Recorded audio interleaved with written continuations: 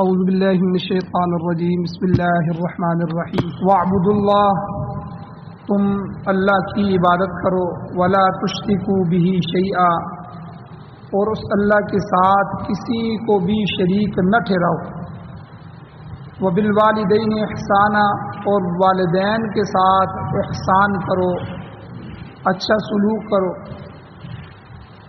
وبذی القربى، اور قرابت داروں کے ساتھ، قریبی رشتہ داروں کے ساتھ جو ہے وہ اچھا سلوک کرو، والیتامى، اور یتیموں کے ساتھ بھی اچھا سلوک کرو، والمساکین، اور مسکینوں کے ساتھ بھی اچھا سلوک کرو، والجار ذی القربى، اور قریبی بالکل قریب والے ہمسائے سے بھی اچھا سلوک کرو، والجار الجنوبی، اور اجنبی ہمسائے کے ساتھ بھی اچھا سلوک کرو، والصاحب بالجنب، اور پاس بیٹھنے والے کے ساتھ بھی اچھا سلوک کرو، وابن السبیل، اور مسافر کے ساتھ بھی اچھا سلوک کرو، وما ملکت ایمانکم، اور وہ لوگ کہ جن کے تمہارے دائیں ہاتھ مالک ہیں، یعنی تمہارے لونڈیاں، غلام، نوکر وغیرہ، ان سے بھی اچھا سلوک کرو۔ ان اللہ لا یحب، بے شک اللہ تعالیٰ پسند نہیں فرماتے، من کان مختالا، جو بڑھائی کرنے والا ہو، فخورا، فخر کرنے والا۔ سورۃ النساء آیت نمبر 36 آپ کے سامنے تلاوت ہوئی ہے۔ اس آیت کے 2 درس اس سے پہلے گزر چکے ہیں، آج تیسرا درس ہے۔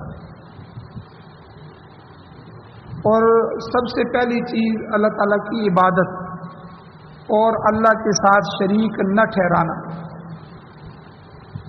اس پر گفتگو ہو رہی تھی کہ عبادت کسے کہتے ہیں، اور عبادت ساری کی ساری اللہ کے لیے ہے، اللہ کے غیر کے لیے نہیں۔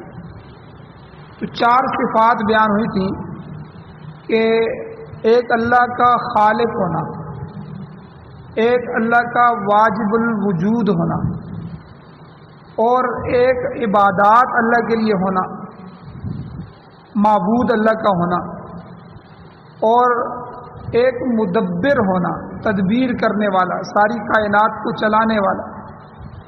تو یہ 4 صفات اللہ کی ذات کے علاوہ کسی میں نہیں ہو سکتی، اور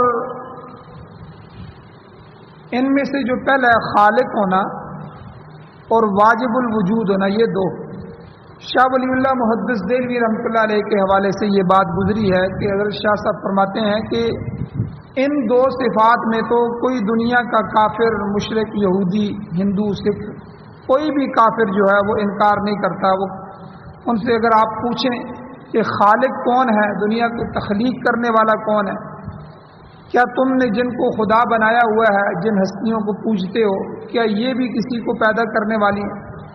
تو کہیں گے نہیں، خالق صرف اور صرف اللہ ہے، اس ساری کائنات کو اللہ نے ہی بنایا ہے، تو خالق ہونے میں بھی شرک نہیں ہے۔ پھر واجب الوجود اگر ان سے پوچھا جائے کہ بھئی کوئی واجب الوجود ہستی اللہ کی ذات کے علاوہ کوئی اور ہے، یعنی جس کا وجود خود بخود سے ہو، جس کو کسی اور نے نہ بنایا ہو، ایسی ہستی اللہ کی ذات کے ساتھ کوئی ہے، تو سب کہیں گے کہ کوئی بھی نہیں ہے۔ تو ان 2 صفات میں کوئی شرک نہیں کرتا۔ اور میں نے کل ذکر کیا تھا کہ شرک فی العبادات ہوتا ہے اور شرک فی التدبیر ہوتا ہے۔ عبادت ایاک نعبد و ایاک نستعین، اے اللہ ہم عبادت تیری ہی کریں گے، تیری ہی کرتے ہیں۔ اب اللہ کی عبادت کو چھوڑ کے کسی دوسرے کے لیے عبادت کرنا، سجدہ کرنا، یہ تعظیمی اور تعبدی دونوں حرام۔ تعبدی عبادت کی نیت سے یہ تو بالکل حرام ہے، کسی شریعت میں بھی سجدہ تعبدی جو ہے عبادت والا سجدہ یہ جائز نہیں رہا۔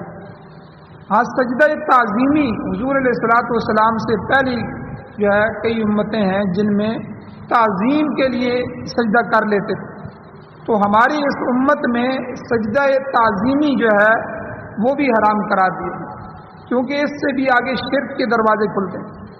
لیکن ہم پھر بھی دیکھتے ہیں آج کے زمانے میں بھی کتنے لوگ ہیں جو جھوٹے اور جعلی اور ناقص قسم کے پیر بنائے ہوئے ہیں، ان کے سامنے سجدوں میں گر رہے ہیں اور ان کے پاؤں میں پڑ رہے ہیں۔ تو عبادات کے اندر لوگوں نے شرک کر دیا۔ اب جو رکوع جو سجدہ اللہ کے غیر کے لیے جائز ہی نہیں تھا، وہ اللہ کے غیر کے لیے شروع کر دیا۔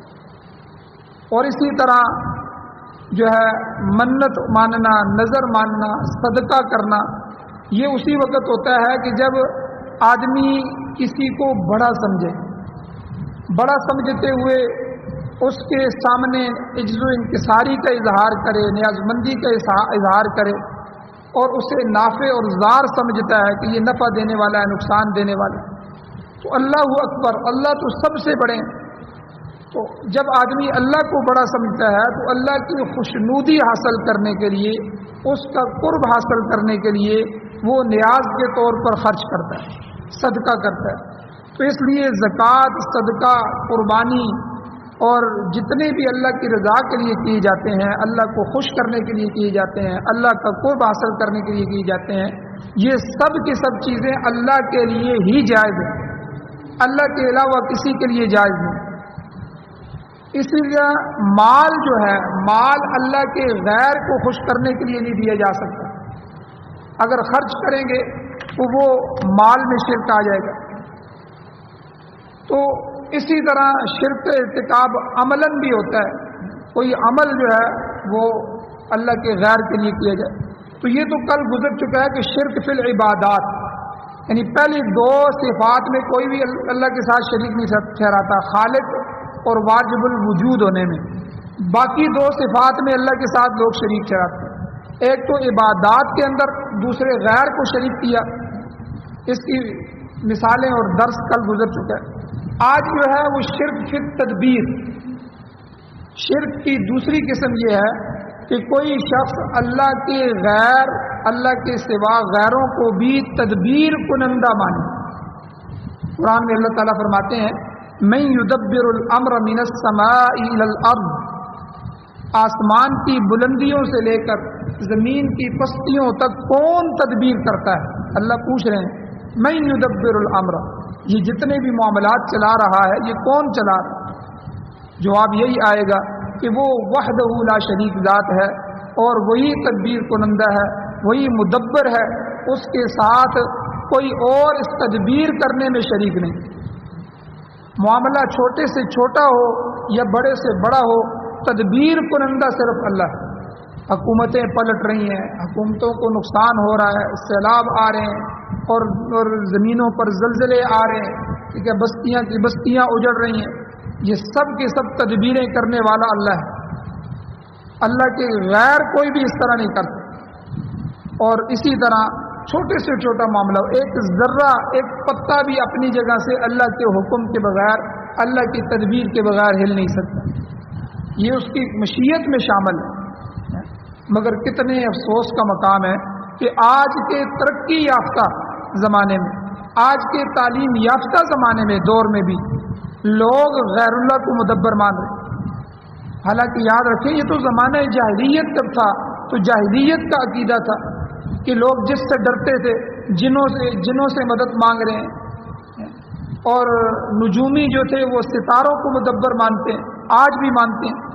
بلکہ آپ دیکھیں دنیا میں جو بڑے بڑے لوگ ہیں، بڑے بڑے گلوکار، اداکار، تاجر جو ہندو ہیں یا اس طرح اور ہیں، تو وہ سب سے پہلے اپنے پنڈت کے پاس آتے ہیں اور پنڈت کو کہتے ہیں بھئی میرا حساب کرو، میں فلاں کاروبار کرنا چاہتا ہوں، کس دن میں شروع کروں؟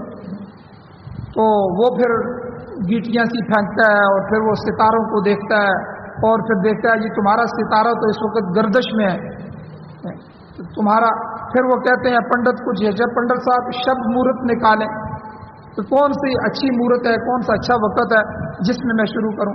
پھر وہ کہتا ہے جی ہفتے اور سوموار کو چھوڑ کے باقی دنوں میں آپ کر سکتے ہیں۔ یعنی یہ کیا وجہ ہے؟ حالانکہ بھئی کسی دن کے اندر کوئی نحوست نہیں ہے، کوئی ستارہ، کوئی چیز کسی کے لیے کوئی نقصان نہیں کر سکتا، کسی چیز میں کوئی نحوست نہیں ڈال سکتا، کسی کے کام میں مداخلت نہیں کر سکتا۔ نافع اور ضار صرف اللہ کی ہستی ہے، لیکن اتنے پڑھے پڑھے لکھے لوگ اور جدید دور میں، تعلیم یافتہ دور میں، جس کو وہ مہذب دور کہتے ہیں، تہذیب کا دور، اس میں بھی زمانہ جاہلیت کی طرح ستاروں کو مدبر مانا جا رہا ہے، پھر ان کی عبادت کی جا رہی ہے، نفع نقصان، انقلابات اور جو ہے ان سب چیزوں میں یومیہ یعنی روز کے ستاروں سے جو ہے وہ دیکھا جاتا ہے، حالات چیک کیے جاتے ہیں اور ان سے اپنی امیدیں وابستہ کی جاتی ہیں۔ یہی شرک فی تدبیر ہے کہ جو کام اللہ کا تھا وہ ہم نے ستاروں کے ذمہ ڈال دیا اور مخلوق کے ذمہ ڈال دیا، فلاں جو ہے اب طوطے جو ہے وہ ہماری قسمت نکال رہے ہیں۔ فٹ پاتھ پہ بیٹھا ہوا ایک بنگی جو ہے، ایک خود فقیر ہے، لوگوں سے 10-10 20-20 روپے کما رہا ہے، وہ لوگوں کو طوطے کے ذریعے فال نکال کے لوگوں کو اس کی قسمت کا حال بتا رہا ہے۔ اب وہ طوطا کیا جانے کہ اس کی قسمت کیا ہے، اس کے سامنے تو لفافے پڑے ہوتے ہیں، اس کو تو سکھا دیا گیا ہے۔ اب وہ جب بھی اس کو مالک اشارہ کرتا ہے وہ جا کے اوپر پھرتا ہے، گھومتا ہے، کوئی ایک خط نکال کے لے آتا ہے، اب یہ اس کو بتاتا ہے خط کھول کے کہ تمہاری قسمت میں تو یہ چیز لکھی ہوئی ہے۔ اب وہ فال کے اندر کیا لکھا ہوگا یہ عام ہے۔ مشرکین جو تھے، مشرکین مکہ، وہ لات منات اور عزا اور حبل یہ وغیرہ وغیرہ ان کے جو بت تھے ان کو تدبیر کنندہ جانتے تھے، اور آج یہی چیز لوگ جو ہے وہ اہل قبور کے ساتھ منسوخ کرتے ہیں۔ قبر والا جو ہے وہ ہمارے حالات درست کر رہے۔ آپ دیکھیں کتنے ولیوں کی قبریں ہیں، کتنی بڑی بڑی قبریں ہیں، ان پہ مزار ہیں اور مزاروں میں عرس ہوتے ہیں اور مزاروں پہ جو ہے وہ حاضریاں دی جاتی ہیں، اور وہاں جا کے ہمارا وزیر اعظم جا کے عمران خان دے کے وہاں جا کے ان سے مانگ رہا ہے، ان کے سامنے سجدہ کر رہا ہے، سامنے لائیو ویڈیو چل رہی ہے کہ اہل قبور سے اپنی امیدیں وابستہ کرنا کہ قبر والا جو ہے وہ میری حاجت روائی کرے گا، میری حاجتیں پوری کرے گا، حالانکہ جو قبر میں چلا گیا وہ حساب میں چلا گیا۔ آپ دیکھتے ہیں کتنے واقعات ہم سنتے ہیں، حضرت ابو بکر صدیق رضی اللہ تعالیٰ، حضرت عمر رضی اللہ تعالیٰ، قبر کی وجہ سے حضرت عثمان رضی اللہ تعالیٰ کے بارے میں تو آتا ہے وہ قبر کو جب دیکھتے تھے اتنا روتے تھے کہ آنکھیں جاری ہو جاتی اور داڑھی تر ہو جاتی۔ ان سے بڑا ولی بھی کوئی دنیا میں گزرا، صحابہ سے بڑا ولی۔ جب وہ اپنی قبر کے حالات سے اتنا ڈرتے تھے تو قبر میں جا کے کون کسی کو کیا ہے کہ دنیا میں کیا ہو رہا ہے اور اس کی میں نے کیا حاجت روائی کرنی، وہ تو اپنی مشکلات میں پھنسا ہوا ہے، اللہ میری مغفرت فرما دے۔ تو اہل قبور کے ساتھ اپنی جو ہے وہ امیدیں وابستہ کی جائے، اور ان کا عقیدہ ہے، عقیدہ کیا رکھتے ہیں کہ سب سے بڑا مدبر تو ہم اللہ کو ہی مانتے ہیں، تاہم اللہ نے چھوٹے چھوٹے آگے اور بھی مدبر بنائے ہوئے۔ حاجت روا تو اللہ کی ذات ہی ہے، لیکن یہ بھی تو حاجتیں پوری کرتے ہیں، اللہ نے ان کو اختیار دیا ہوا۔ دیکھیں اس طرح کے عقائد بنائے ہوئے۔ اصل میں ان لوگوں نے دنیا کے بادشاہوں اور حکومتوں پر اللہ کو قیاس کر لیا۔ جس طرح حکومت ہے، حکومت وہ اپنے عمال کے بغیر، اپنے ناظمین کے بغیر، اب ناظم ہوں گے، چیئرمین ہوں گے، کونسلر ہوں گے، گورنر ہوں گے اور ڈی آئی جی ہوگا، فلاں ہوگا فلاں، ان کے بغیر حکومت نظام نہیں چلا سکتی۔ یہ محتاج ہے کہ یہ سسٹم بنائیں اور اس سسٹم کے ذریعے آگے پوری سسٹم کو چلائیں۔ تو انہوں نے اللہ کو بھی یہی سمجھ لیا کہ اللہ تعالیٰ نے بھی آگے اپنے نائب مقرر کیے ہیں، اللہ بھی غافل ہے، اللہ بھی پوری دنیا کا نظام نہیں چلا سکتا، اس لیے اس نے اپنے بعض امور ان لوگوں کے ذمے لگا دی۔ اب دیکھیں مشرکین جو ہیں بعض نیک اور صالح لوگوں کے متعلق یہ تصور رکھتے تھے اور اب بھی رکھتے ہیں کہ چونکہ وہ اللہ کے مطیع تھے، فرمانبردار تھے، اس لیے اللہ ان پر الوہیت کی چادر ڈال دیتا ہے۔ آپ اندازہ لگائیں، جو کام اللہ کے تھے اللہ وہ کام ان کو تفویض کر دیتا ہے۔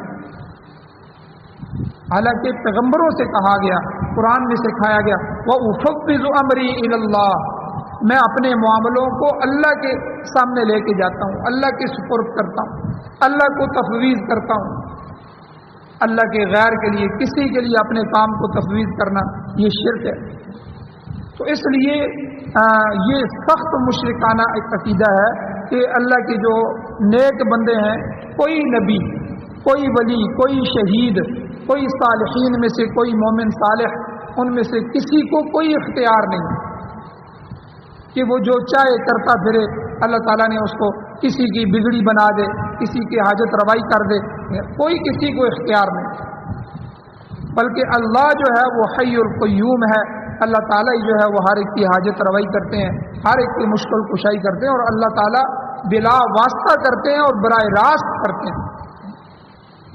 وہ قدرت تامہ کا مالک اللہ، ان اللہ علی کل شیء قدیر، پورا قرآن بھرا ہوا ہے، اللہ ہر چیز پر قادر ہے، اس کی قدرت ہے، اس کی گرفت ہے، ہر ایک کی ضرورت کو اللہ جانتا ہے، کیونکہ ان اللہ بکل شیء علیم، اللہ ہر چیز کا علم رکھنے والا ہے۔ جو آدمی علیم کل ہوگا، ہر ایک کا علم رکھنے والا ہوگا، وہ اس کی ضرورت سے بھی واقف ہوگا۔ ہم تو اپنی اولاد کی بھی بعض دفعہ ضرورت سے واقف نہیں ہوتے، انسان کی تو غفلت کا یہ عالم۔ تو اللہ علیم کل ہے، ہر ایک کی باتوں کو جاننے والا ہے، ہر ایک کی ضرورت کو جاننے والا ہے، اور ہر ایک کی حاجت روائی کرنے والا ہے۔ اب دیکھیں قرآن مجید میں آتا ہے کہ حضور علیہ الصلوۃ والسلام کو بھی اختیار نہیں ہے کہ آپ علیہ السلام اپنی طرف سے قرآن پاک بیان کر دیں، اپنی طرف سے مسائل بیان کر دیں، کسی حلال کو حرام کر دیں، حرام کو حلال کر دیں، کوئی حکم اپنی طرف سے کریں۔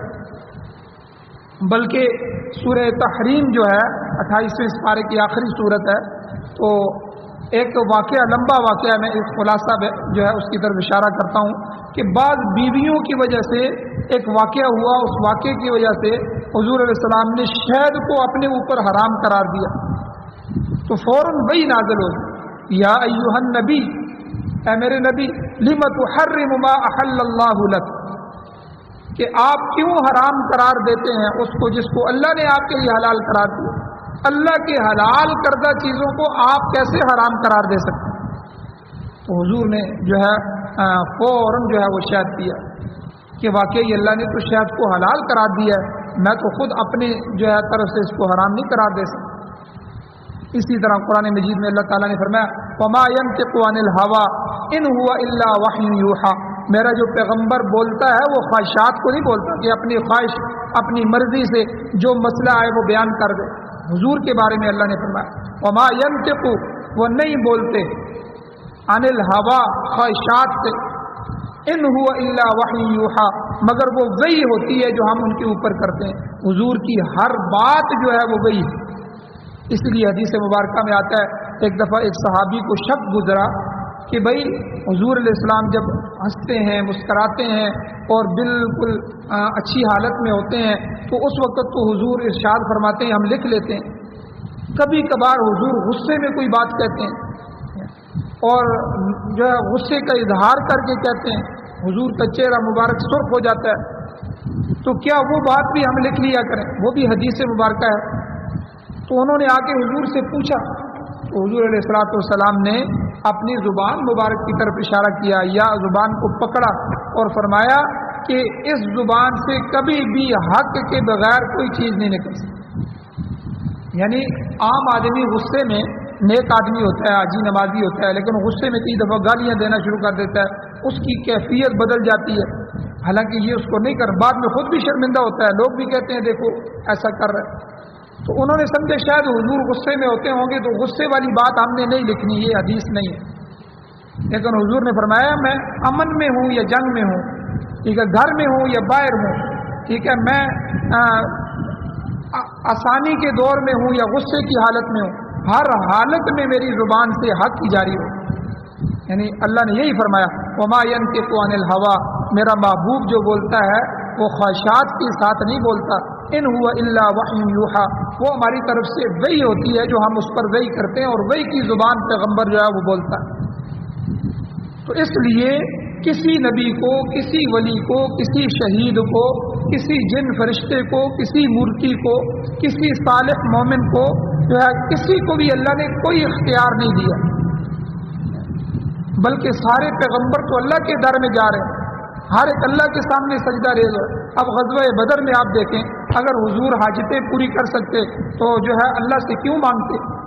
اللہ کے سامنے رو رہے ہیں، اور اتنا روئے کہ حضور کی چادر کندھے سے گر گئی، تو حضرت ابوبکر صدیق رضی اللہ تعالیٰ نے حضور کو اٹھایا، فرمایا حضور اب چھوڑ دیں، اب اللہ آپ کی ضرور مانے گا۔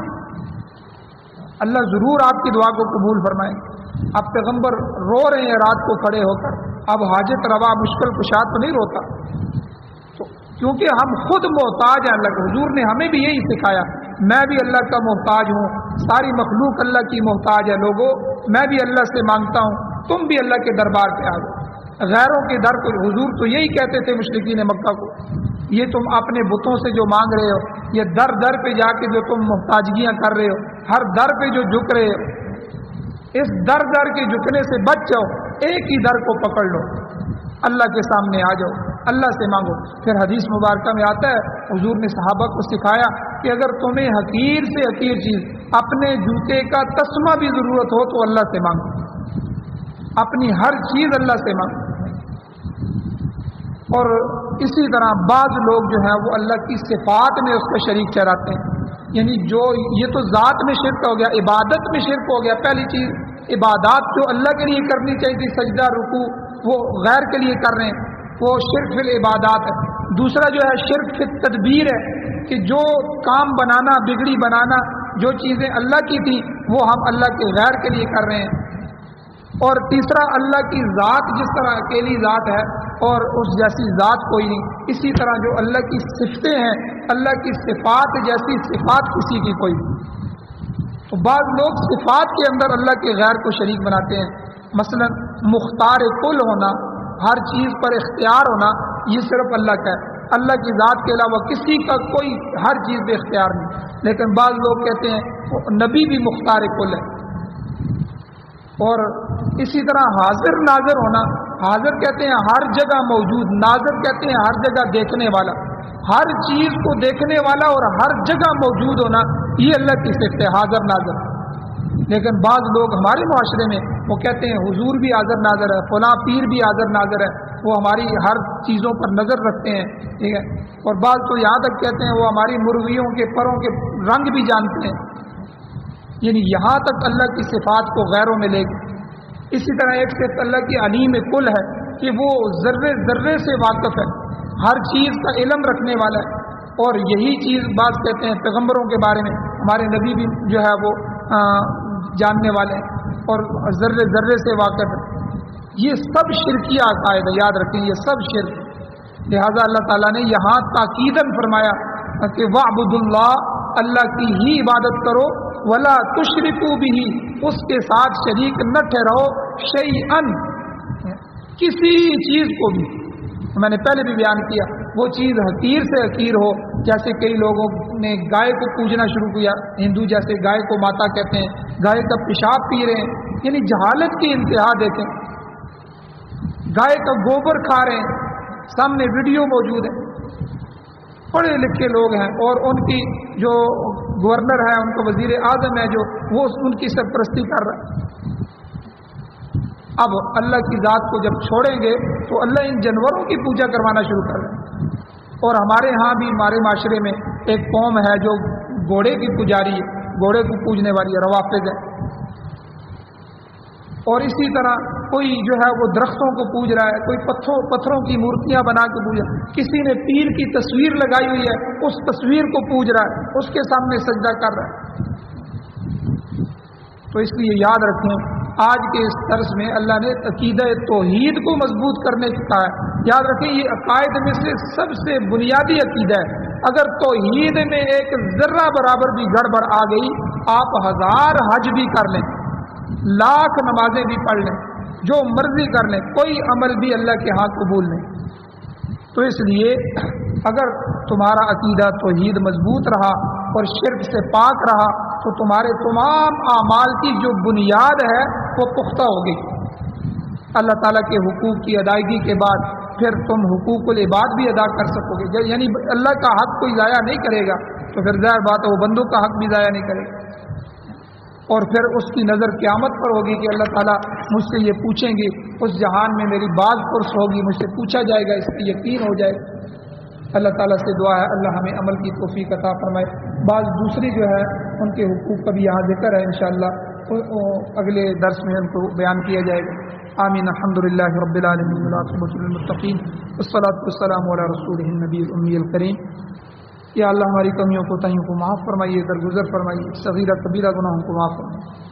یا اللہ عقیدہ توحید نصیب فرمائیے۔ یا اللہ اپنی ذات کے اندر اور اپنی صفات کے اندر اور اپنے مدبر ہونے کے اندر، اپنے خالق اور واجب الوجود ہونے کے اندر، یا اللہ ہر صفت اور ذات میں شرک سے محفوظ فرما۔ یا اللہ ہماری نسلوں کی حفاظت فرما، خالص عقیدہ توحید نصیب فرما۔